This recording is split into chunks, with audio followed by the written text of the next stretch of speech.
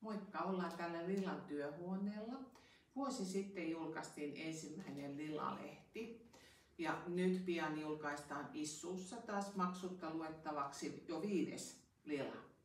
Teemat ovat pysyneet vuoden aikana samoina: taide, luonnonhavainnot, retket, muistot. Linnea on pitänyt koko vuoden omaa palstaansa ja sitten on kirjallisuus. Tässä Lilassa mietin vähän autofiktiota ja romaanien aiheiden syntyä ja inspiraatiota.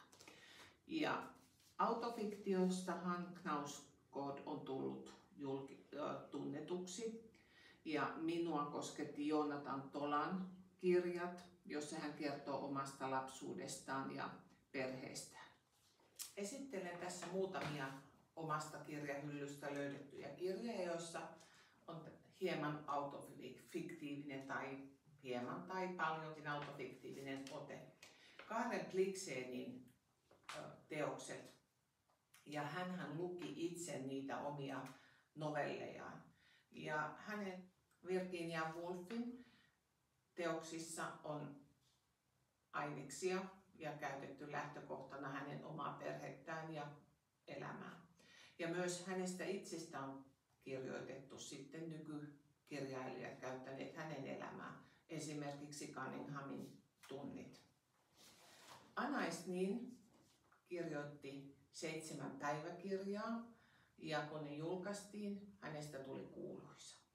Päiväkirjan julkaisussa mainittuja henkilöitä, todellisia henkilöitä, kauhistutti ja raivostutti sitä, että heidän elämästään oli kirjoitettu tarkasti näissä päiväkirjoissa.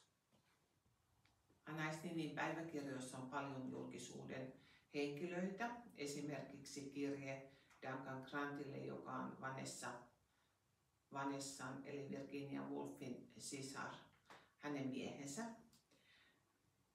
Hän perustelee metodiaan siitä, että hän kirjoittaa: mehän olemme vieraita toisillemme. En halua, että mikään henkilökuvassasi surettaisi sinua. Et näe käsittävän, että päiväkirja rekisteröi tunteiden häällymiset muutokset. Mutta missä nuo objektiivisuutta sitten onkaan? Ei kenessäkään meistä. Jokainen näkee toiset ihmiset omalla ominaisella tavalla.